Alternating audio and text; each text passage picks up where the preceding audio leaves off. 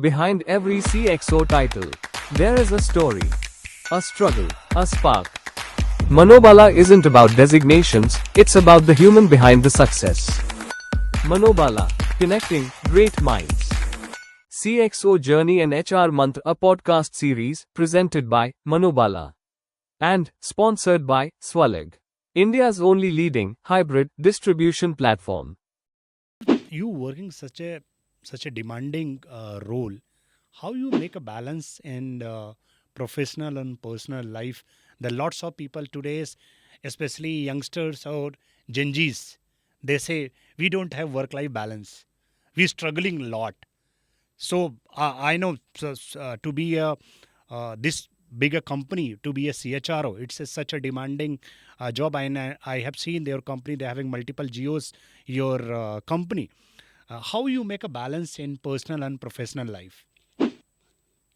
See, this work-life balance is a topic people talk, Yes, but exactly. I honestly, to me, work-life balance is nothing but your presence, right? Whoever is telling that they don't have, I don't have more than 8 hours of work today. Okay, Of even course. even 20 years back, the same thing. Even today, it is the same thing. So, how do you make your time available for you physically?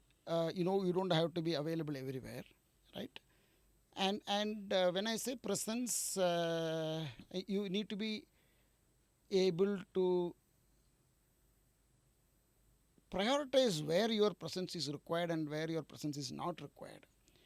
And I think I learned the art of getting the smart kids under my team. They take care of most of the areas. What they can do, I don't need to do, Right, exactly. right? So if someone is doing that particular activity, you are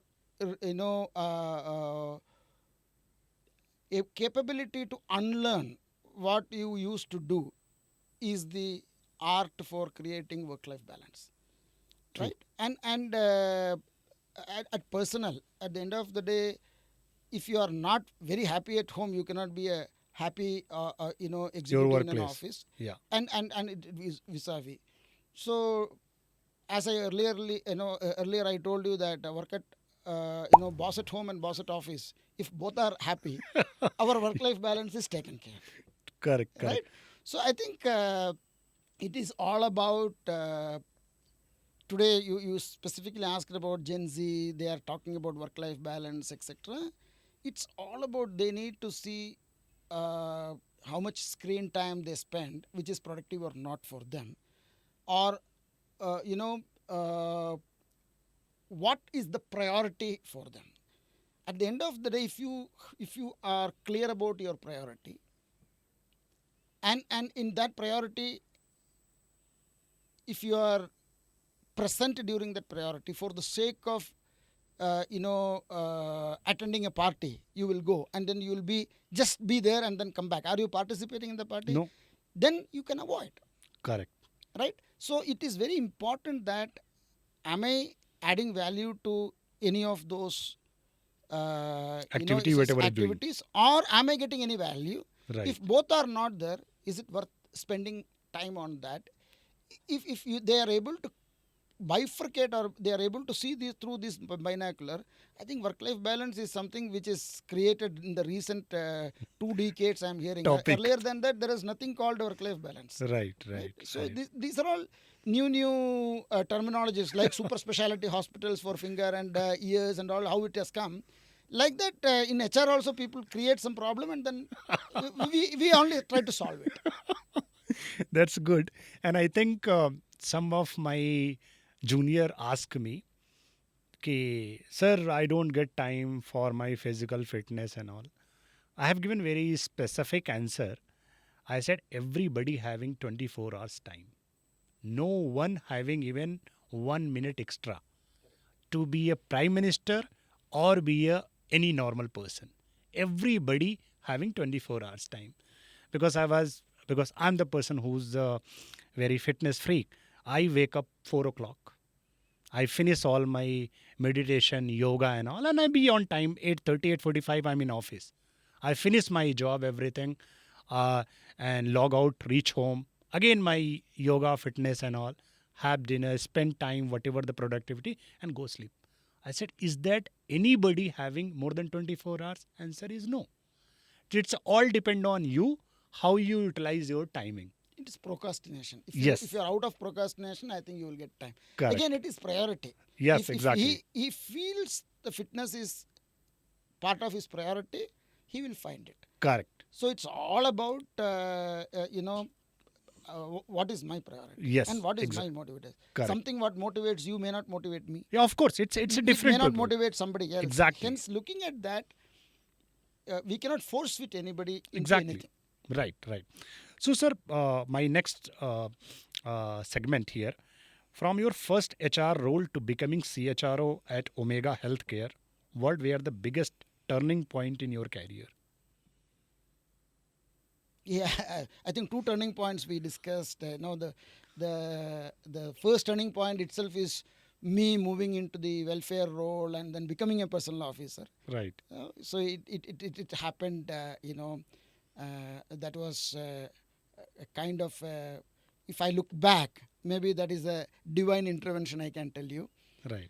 And the second happened again, post the long industrial relations issue, the labor unrest. Uh, People at corporate recognizing me and then brought me to the corporate as HR manager from a factory. I think that too incident has really helped me to see the big picture of really what is happening in HR. And the role of an HR in factory used to ensure that a lot of listening. You spend time with the workers. They have got every small things will be an issue. So either you listen to the employee or to listen to the union, and then unless otherwise, you will never be able to solve any problem in life. Right. That is something which I learned as an HR guy. If I am telling that I am able to solve anybody's problem, sorry, no, I am not.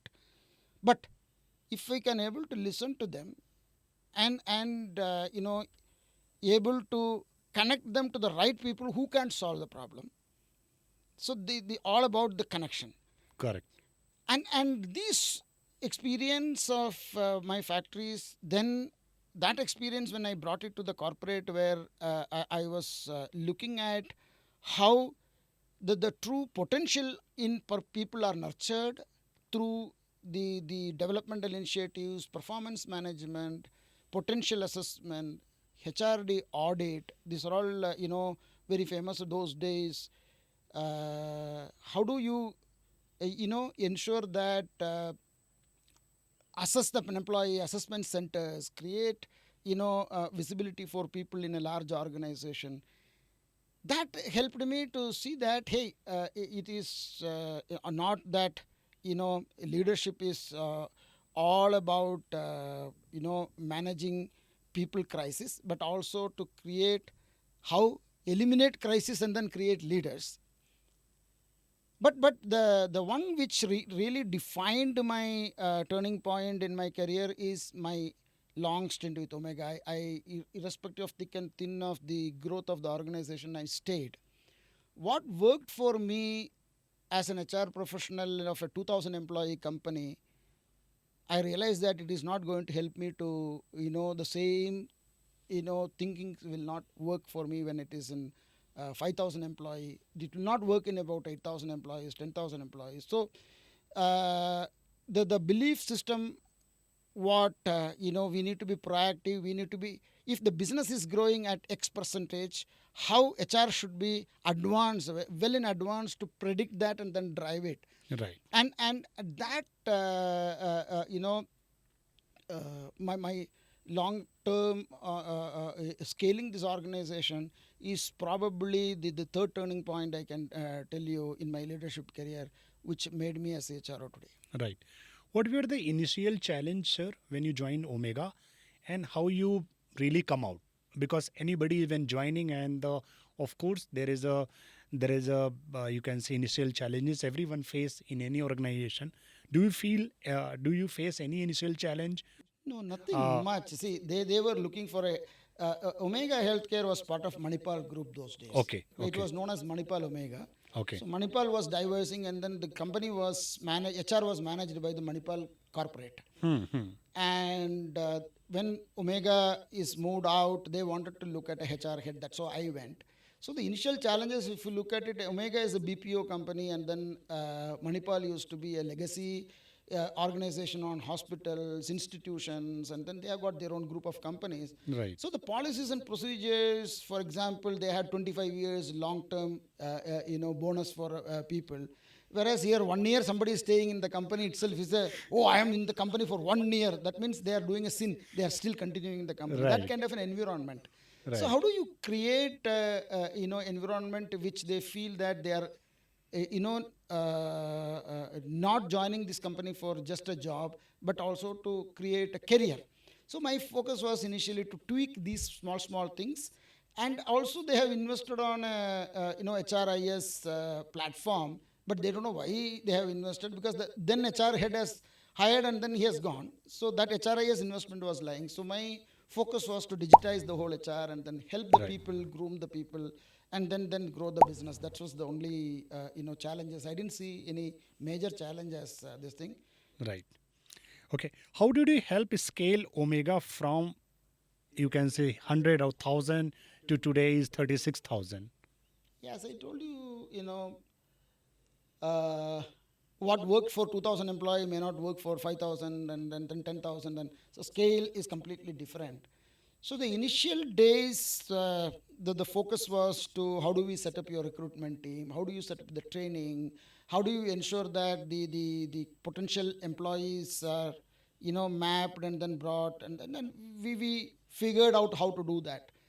The next phase of challenge was, okay, you were able to get talent from the market, but when we are growing, for every 20 associates you need a team leader, for every course. 25 team leader you need a manager. So Yes. where are they going to come from? Right. Because this is a niche industry, healthcare, US healthcare, revenue cycle management. Someone who knows the domain has to be the leaders. So I have to create leaders for them. So the whole the proposition changed. Okay, now that recruitment and training is taken care, how do I look at succession planning? How do I create career mapping?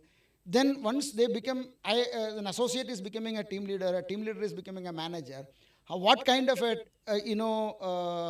first time leader program that you need to be created? How a manager should manage a team through a team leader? So the kind of figuring out the learning and development journey. Then comes the performance management systems. Then when you are a little bigger, larger, maybe you are taken care of your performance, you are taken care of your leadership, you are taken care of your recruitment, we are taken care of. Then how do you listen to the employees? How do you create an HR business partnering? Now that you are becoming a larger organization, how do you segment it, the human resources into separate recruitment for focused recruitment team, separate focused HR shared services team, separate team to scale on the talent management. So these were all thought through at different stages to grow. Right. And wherever there is a possibility to introduce technology, I think that also helped us to scale very comfortably in HR. Okay. So digitization is, or HR. Digitalization is one. Looking at the talent, where is the talent available? Correct. So at some point in time, I recall the conversation, with my CEO. Talent availability in Bangalore and Chennai, that is the only two hubs we used to have those days. Correct. Then the cost of driving the business was very difficult, and then we need to scale. So we went to Trichy. Trichy is a tier 2 city, and today I have about 7,000 employees in that city, and which worked out very well because we have mapped where the talent available. A lot of life science graduates are available in that particular pocket, but they are not willing to move out of that particular True. geography. So we So creating a identified pool in that, tier and 2 cities. yeah, so looking at that, the scalability is not, in my mind, scalability is not in terms of headcount. I looked at scalability in terms of how we are able to, drive the business purposefully without diluting the cultural fabric of the organization, and also looking at the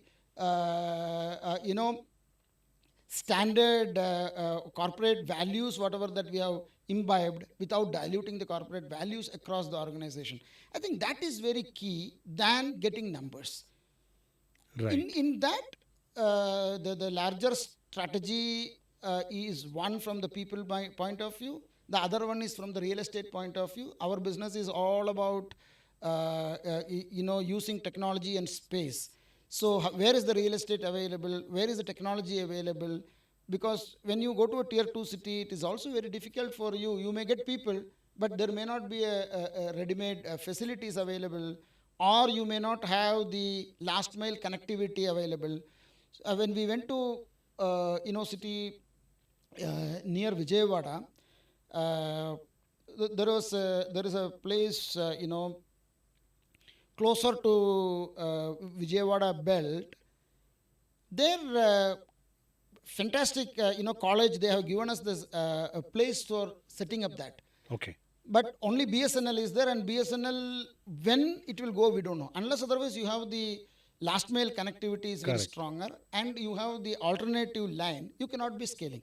So scalability is all about looking all around the requirements on people, process, technology, then the culture. I think how we did that is all about a teamwork. I can tell you that how the delivery unit heads, how the business unit heads, how the HR ecosystem, and the top management commitment. I think all these four are very crucial for an HR guy to be a successful person to scale an organization. Right, sir. What is the one career decision you are most proud of and why? Maybe staying with this Omega for 2 decades For is 2 decades. maybe a wise decision, because that at least Stability. made me to talk Right. today in front of you. Thank you so much, sir. If you had a chance to start your career again, would you do anything differently, or you are very happy and things whatever Next you year are? I am supposed to retire. So I think I should be looking at that, and if at all I need to start a career, probably an advisory role or a mentoring role, etc. All I think in the HR space, very unique position I have seen from a labor management kind of an HR, dealing with the unions at one side, to the progressive HR at some point in time, to a strategic HR, to be a CHRO, a global HR person. So I don't think that there is any area that is left for me to at least learn and unlearn. And with this knowledge, probably like how you are doing a lot of services to the students in the community, maybe I need to do that. Maybe this inspiration from you, that what I have I can give it back to the society. Thank you so much, sir. What is your HR mantra that has guided you through complex organization changes? See, hire for career and not for a job.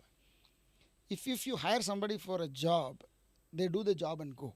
So Right. I think earlier on itself I learned that it is very important for you to create a clear roadmap for the job aspirants, as to, hey, you are joining for a role, but this is how you can evolve in the journey. I think that is very important for me to tell. And my other expectations or experience says that once you hire for career, you also look at create a smart people around you. It's another HR mantra, because if you hire someone and then tell them what to do, don't hire a professional for that. If you hire a professional, leave that professional to do what he is doing it. And that's how you create a professional organization. True. And the third one is, if you are aspirant to be in HR, all I wanted you to do is don't stuck to one role within HR, because HR has got multiple spokes. True. I have seen enough interaction with multiple young budding professionals in HR. Their understanding of HR is like a five blind men describing an elephant. Someone is touching the trunk, he says the elephant is looking like a pipe. True. Someone is touching the ears, it says that elephant is like a flat this thing. But they have not seen, because all blind men. Correct. Right? So someone in recruitment says that HR is recruitment. Someone in compensation and benefit says that HR is compensation and benefit. Right. Someone in the onboarding says that HR is onboarding. So HR guys needs to look at from hire to retire. Retire. Right? In a hire to retire cycle, there are visible to the employees and the management are only 10 or 15 areas. True. That is the tip of the iceberg. But under the iceberg, there are thousands of areas within HR which people don't even see. Right. You need to take a conscious decision to do some job rotation. Job rotation. Take job rotation, sunk into those roles, try to learn, then come out. Wherever is your passion, you continue. Correct. Right? So, my HR mantra is never hire someone for a job, hire them for a career. Never ever stuck with your competence. Have a great people under you, like I told you. Stack your team members with competent people. Right. And at the same time, if you wanted to be in HR, try and then complement the other roles within HR, and then learn and then grow, than be just stuck with one area, and that may not take you to be the overall HR generalist role. Right, sir. How do you define the role of HR in today's fast-paced business environment? See, today or yesterday, the business environment is for making profit. Correct. Correct. Right? So the basic requirement is to ensure that you respect the business. True. But as HR, what I have seen now in a critical scenario like our current situation, we are, while various books has got various definitions for HR to me now it's become more of a conscience keeper, is becoming more of a capability builder, and to ensure that it also does the compliance without compromising. Right. I think that defines HR for today's progressive time. Right, sir. How do you balance empathy and business outcome in critical HR decisions? See, empathy is a leadership skill. Right. Right? For me, empathy is whenever we are trying to interact with others, absolutely they have got certain expectations. So you put yourself into their shoe and ask. But more than that, creating a culture of listening in an organization is very, very important. And once you create that, you don't have to be specifically talk about empathy. It becomes the core in an organization. If a listening organization is always empathetic, and that is something which I would suggest that how you create an environment of empathy is all about how you create an environment of listening. True, sir. What does employee first culture mean to you, and how you have created here in your career or in your organization? I think I answered your previous question. Employee first is nothing but are you able to listen to an employee? Right. And from my IR days, I was talking about, it's all about in factory listening to employees, employee people. And you see, for the sake of listening is, when someone comes to you Right. with a problem, that listening is probably a grievance mechanism. I'm not talking about that listening. Right. Listening is how proactively you are able to create an environment of, listening. and how proactively what you listen, you are actioning it on it, and then converting that, it's an observable behavior. Right. And also, you are actioned it, you heard it, but how you are also creating a policy changes based on what you listened is very important. So employee first is nothing but, if you customer first we are talking about. What is customer first? Whatever customer wanted, we are doing. Right. Customer delight. Are we doing whatever employee wanted? No. But we cannot do everything what employee wanted.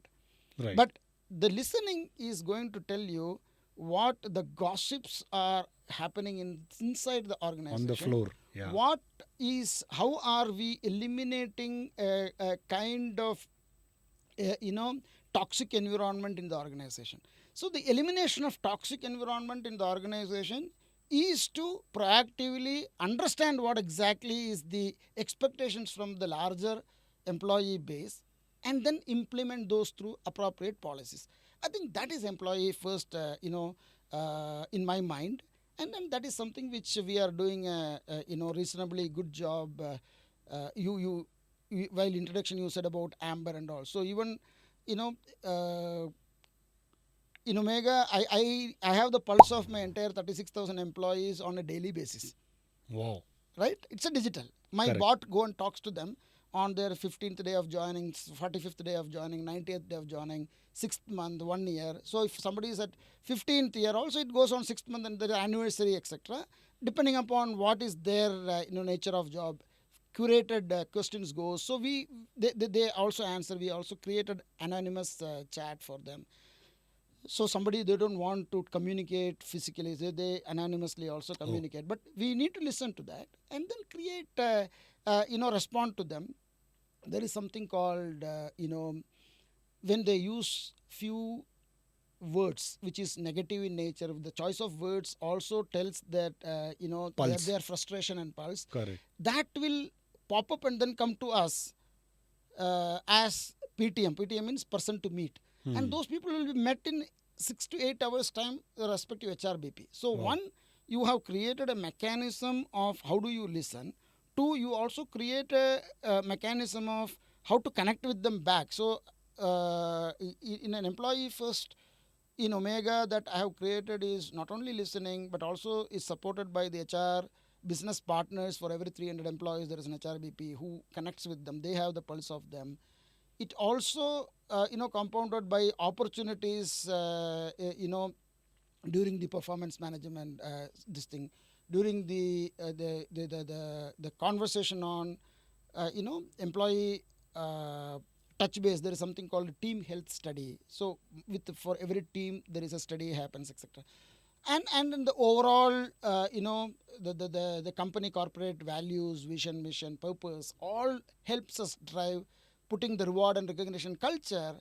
All is part of employee first, including coming up with employee wellness programs. How maybe thousands of them are there, but they may not, only about 10 or 15 them will be joining for True. the webinar. What is interesting them, they will join. Right. We also created a separate special group for women employees. We have got 50% of our workforce is women. Wow. Right? So out of 36,000, 18,000 employees are women across global. And my maternity return rate is close to about 85%. Amazing. And on an average, every day I will be having minimum 100 to 120 people will be on maternity. True. Right? So how you respond to them when after 6 months they are going to come back, when they come back. So every day somebody is coming back from there. How are you able to create a role for them? Because these small acts which the top management is supporting us to do it is employee first. Fantastic, sir.